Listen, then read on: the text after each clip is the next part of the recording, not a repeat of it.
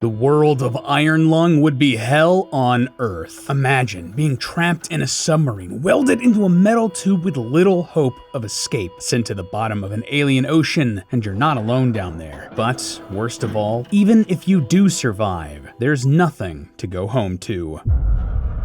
Hello Internet! Welcome to Film Theory, the show that's trapped in a submarine exploring the wasteland that is the YouTube video feed these days. Why not go ahead and hit that subscribe button to help us out on that mission, huh? So we're about to be given a huge gift, loyal theorists. This month, at the end of January, YouTube game legend Markiplier is releasing his very own feature film that he wrote, directed, and starred in, Iron Lung. Now that already is just awesome, and seriously, congratulations to Mark for this incredible achievement. To see how his hard work has paid off and resulted in this independent project getting released at such a wide scale brings a tear to my eye when I know that creatives like Mark have worked hard to show Hollywood that they have to take us seriously. Something that also wouldn't be possible without your support, so please go check out Iron Lung when it hits theaters. Like, Mark didn't sponsor this video or anything like that, I just really believe in this project and I want it to succeed. Anyway, while Iron Lung is Mark's feature debut, it isn't the first time this story has been told. See, this is actually based on an independent horror game of the same name released back in 2022, enjoyed by many a YouTuber and streamer. If you need a quick refresher, in the Iron Lung universe, decades ago, the universe was hit with the Quiet Rapture. Every planet and star in the sky vanished, and all that was left were the people living out on space stations. Everyone else disappeared with the planets and the stars. But at the same time, anomalies called blood oceans appeared out in space. Moons that were otherwise empty were now covered in blood. Oceans of it. Thus the blood oceans. Naturally, and with little hope elsewhere, the survivors want to investigate these blood oceans. And you, dear viewer, are chosen to dive deep beneath their surface in a rusty old ship called the Iron Lung. Already, that setup is sick and makes for some good sci-fi. But it gets even better, or worse, when you realize that the sub you're in isn't made for this kind of exploration. Oxygen depletes quickly, and it starts to fall apart. And while you're photographing the bottom of this ocean, well, you realize that you're not alone down here. There's a creature in these depths with you, and it attacks your ship as the game ends. Pretty awesome, right? And something perfect to make a theory about, which is why I was actually pretty shocked to realize that we never did one over at our sister location, Game Theory. So with the movie releasing this month, I thought that, hey, if Tom isn't gonna do it, I will. This has all of the hallmarks of an incredible independent or analog horror story, and digging into this one, well, I was not disappointed. Yeah, based on what little information we get about this universe, the lore in the games, the snippets of info we get from the movie trailers, the real-world science behind a lot of its ideas, and even the name of the game itself, I can only come to one conclusion. Iron Lung is purgatory, the place between heaven and hell, the living and the dead, and there's no escape. Weld yourself into this submarine, loyal theorists, as we dive into what's really going on in Iron Lung. So, to really understand what's going on here in this movie adaptation, I think we should take a look at the video game it's adapting. When you first start the mission in the game, there isn't a lot to do or even look at. You're locked in a small metal tube, and the only source of information you have is a console at the back of the ship. Here you can search its database, and using that, we learn why we're in this tube to begin with. See, after the Quiet Rapture, a group of survivors formed to collect the remaining materials left on the asteroids and blood moons that remained in the universe. This group was named the Consolidation of Iron, or COI. But they weren't the only group of survivors. Other colonies had other ideas, including the largest space station created by humans, known as Eden, which waged war with the COI. During the following war, some of Eden's membership were captured and imprisoned, and many were forced into the Conviction Realization Program. Basically, this was a fancy-dancy name for prison slave labor, and that is why the player is down here.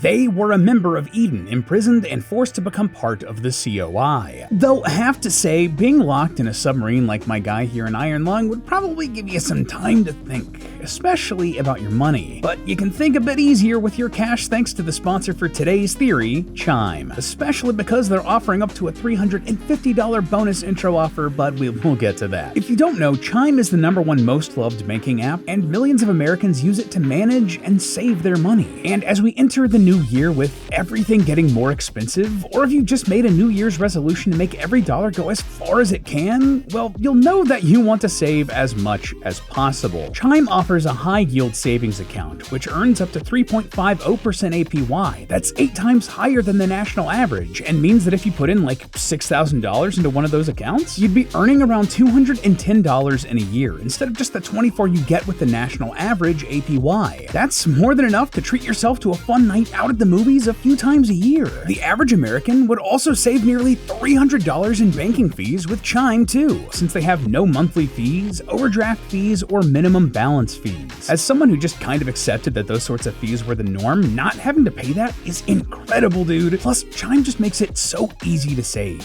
If you set up Chime as your direct deposit for your paycheck, you can automatically pull out a bit of that money and it'll go straight into your savings. That means that you can start building up those New Year resolution savings without even thinking about it. Not to mention that you can also get your paycheck up to 2 days early with Chime. Best of all, Chime is offering a bonus of up to $350 with a new Chime account by going to chime.com/filmtheory, or by clicking the link in the description or scanning the QR code on screen. That's just more cash on top of all the other money you're going to be saving with their high-yield savings accounts, and you can get your paycheck up to 2 days early. Thank you again to Chime for sponsoring this video, but let's get back to the terrifying truth behind Iron Lung. And though the COI claims this is a humane way to treat their prisoners, this is basically a death sentence. See, this sub isn't designed to go as deep as we do in the game. They outright admit it towards the beginning of the story, and there's a note left on the floor of the sub that gives us even more details about what we've gotten ourselves into. Quote, "This is not an expedition, it's an execution. When they put you in here, they don't want you to return. If there is still hope, it lies beyond the veil. I will choose to breathe my last breath here at the bottom of the ocean, unseen, unheard, uncontrolled. They will get their execution. I will get my freedom." Whoever wrote this note is fully aware of the COI's intentions, and they are not good. If I were a betting man, this is a note left by the last person on this submarine, most likely another prisoner from Eden. That also checks out with the tone of the entries you can find on the database. For example, they say, quote, "If they send you down in the Iron Lung, they don't give a f if you come back, or if this sub comes back." It's very similar in tone and writing style to the note on the floor, so the person writing both the note and the entries are almost certainly the same person. Though that does come with a little bit of a head scratcher, like, did the COI just not clean up the sub after him and just straight up throw in the next prisoner without even checking to see if the last guy did anything to the sub or left anything behind? I mean, hey, I guess it does kind of make sense with the brutal efficiency they seem to be going for. This is most likely because, before, they did care about the submarines, but lost a lot of resources by designing them for long-term use. This is proven by one of the log entries you can read about a different sub called the SM-8. Here, we discovered that the SM-8 was a submarine designed for multiple missions, but that it was torn apart by the monsters within the Blood Ocean. The previous convict eventually discovered this and then informed COI about its fate, but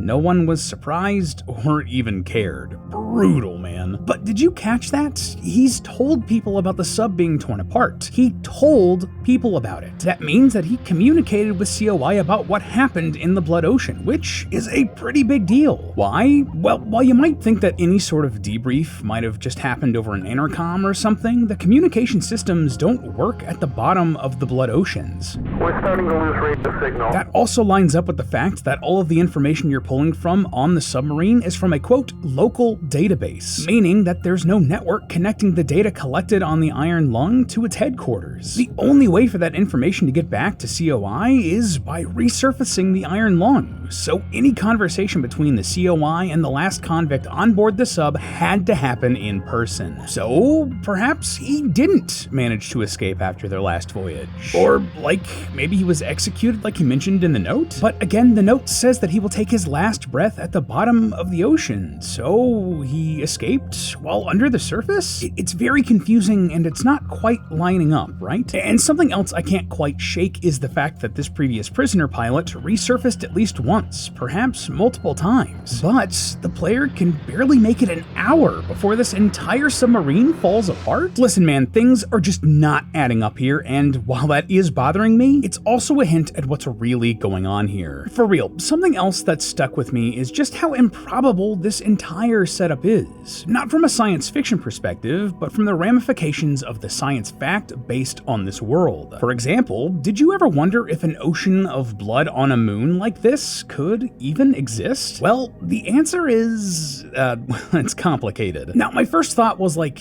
would this be too thick to even work as like a liquid ocean? But an actual liquid ocean of blood wouldn't be too thick to work or anything like that. Yeah, as it turns out, blood has a very similar density to water at 1,060 kilograms per cubic meter versus water's 1,000 kilograms per cubic meter. There just isn't enough of a difference there that the ship would like break instantly, or that it would be too goopy and thick for anything to swim through it or anything like that. I guess the blood really isn't that much thicker than water. But if we take things a step further, well, it would be very difficult for an ocean of blood like this to exist because of space. Why? Well, several reasons. And the first one of them comes down to where this moon might actually be located. The game calls the moon we're exploring AT5. Very catchy name. And there's no record I could find of a moon or exomoon with that same name. So we're gonna need to use some context clues to figure out where in the vast void of our universe this is taking place. And thankfully, there are ways to narrow it down. Using the terminal on the Iron Lung in the game, we know that this story takes place within our solar system, which already really trims down our options. We also know that the calendar system in the game uses the founding of the very first off-Earth colony as its year 0, and in our current calendar, this would have been the year 1992. Fun fact, but 1992 was actually when NASA launched the Mars Observer, but that mission failed after communication with the craft was lost 3 days before it was meant to orbit Mars. So using that little bit of information, we can deduce that this is a universe where the Observer succeeded and led to the founding of a colony on Mars. Anyway, now that we know that this moon is in our solar system, we can try to narrow things down even more. But we're quickly gonna run into major problem number 2. See, a blood ocean like this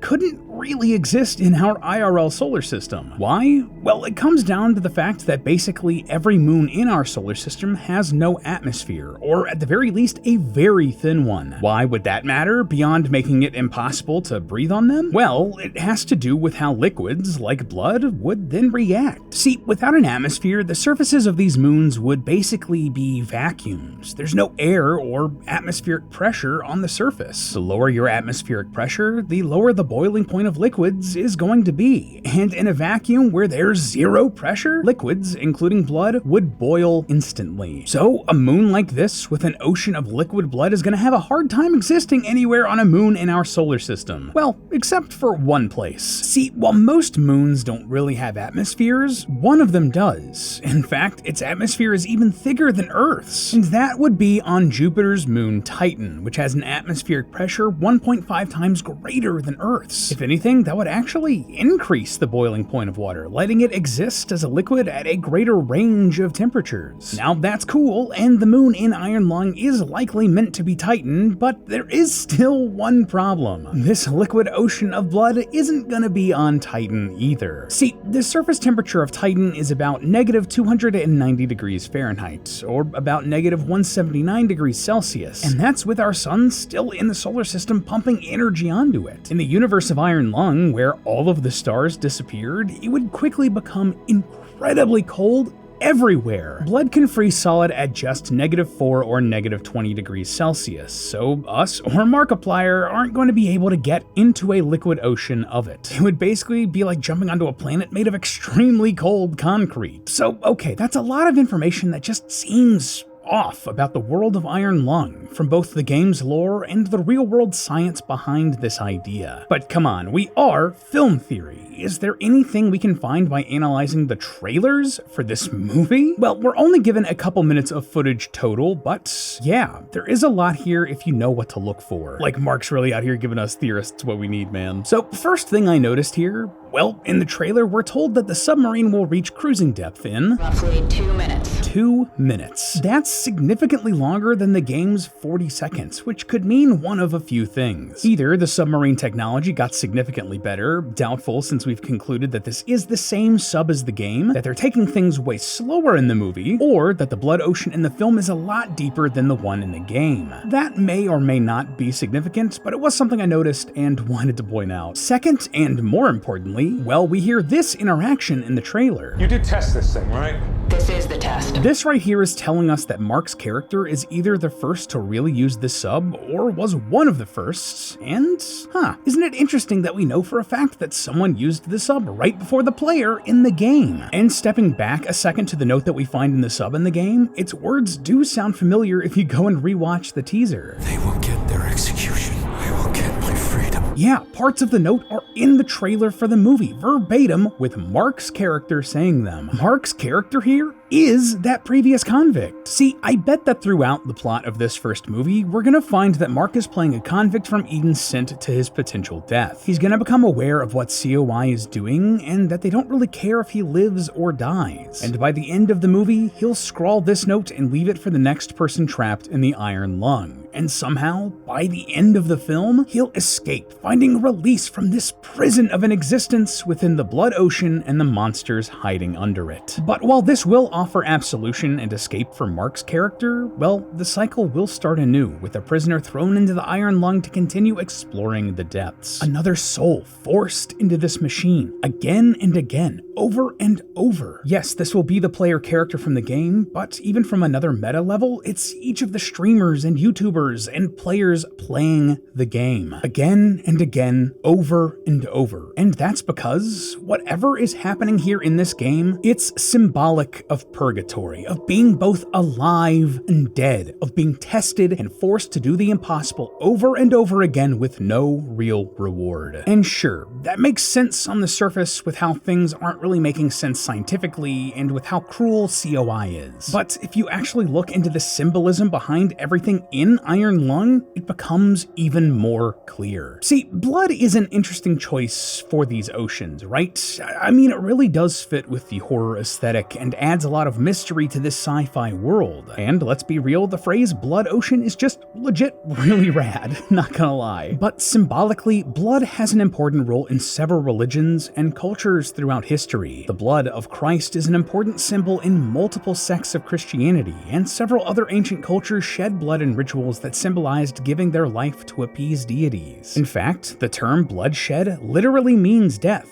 to take someone's life. The entire premise of Iron Lung has its characters wading into an ocean of blood, as clear a symbol of death that you can come up with while still living. This is symbolizing a limbo stage between life and death. And I mean, this isn't really the only religious symbol here, right? The quiet rapture and the disappearance of most life in the universe is a direct reference to the rapture from Christianity, where true believers ascend into heaven to be with God. And I mean, come on, the main character is literally from a colony called Eden, as in the Garden of Eden, where Adam and Eve were said to have been created by God, and from where they were banished by God. As a member of the Eden colony, the main character here has also been banished and cursed, forced out of paradise and into a literal purgatory after the quiet rapture. And the final piece of this puzzle, the thing that tells us what's really going on here in this story, well, it comes down to the name of this game and to this movie, Iron Lung. So back before the 1950s, there was a terrible disease known as polio. This was a truly awful scourge on this planet, which could often lead to weakened muscles or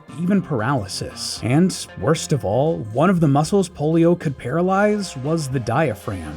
This is the muscle that helps your lungs inhale and exhale. It helps you breathe. Thankfully, these days, modern medicines and vaccines have more or less eliminated polio, but before that vaccine was developed, getting polio could often be fatal, or at the very least lead to lifelong, life-ruining side effects. And doctors did everything they could to help those with the most severe polio symptoms survive, including creating a machine that could help you breathe. What they ended up with was basically a large, horizontal metal tube that could assist the breathing of people who couldn't do it themselves. It was a complicated piece of equipment, but it basically became an artificial diaphragm, which is how it was given the name Iron Lung. Yeah, this name wasn't chosen for the game and the movie randomly because it sounded metal and cool and awesome. It was inspired very much by this real-world device. Now, for the most part, the Iron Lung was intended to be a temporary fix. People would stay in there until they recovered enough to breathe on their own again.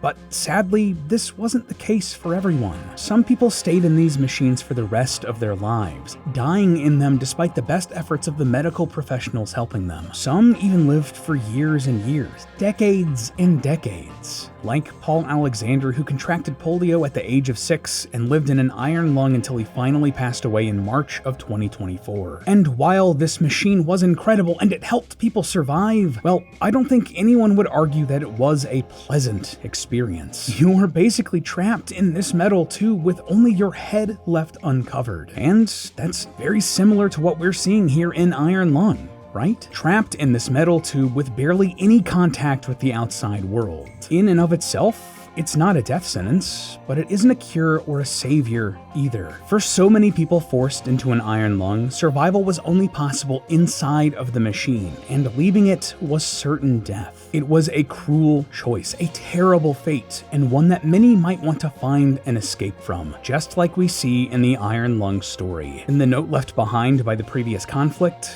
it says, If there is still hope, it lies beyond the veil. Beyond the veil. Sounds ominous, right? And on top of that, Beyond the Veil is the achievement players unlock by finishing the game's story. After you take all of the pictures and the monster breaks through the iron lung and ends your life. If being killed is what brings you beyond the veil, so to speak, then the hope of escape here is death. They will get their execution. I will get my freedom. Man, it's really dark, but for this character, for the protagonist of Iron Lung, both the movie and the game, the only escape they have here is the embrace of death, just like so many trapped in those real-world iron lungs. But with that escape, they're finally able to leave purgatory, to escape the limbo between life and death. It's a very dark, complicated message, but one that is also incredibly powerful if you look at it from the right direction. But hey, that's just a theory. A film theory. And cut. Up next on Film Theory. The end of the world is here with The Moon Woke Up.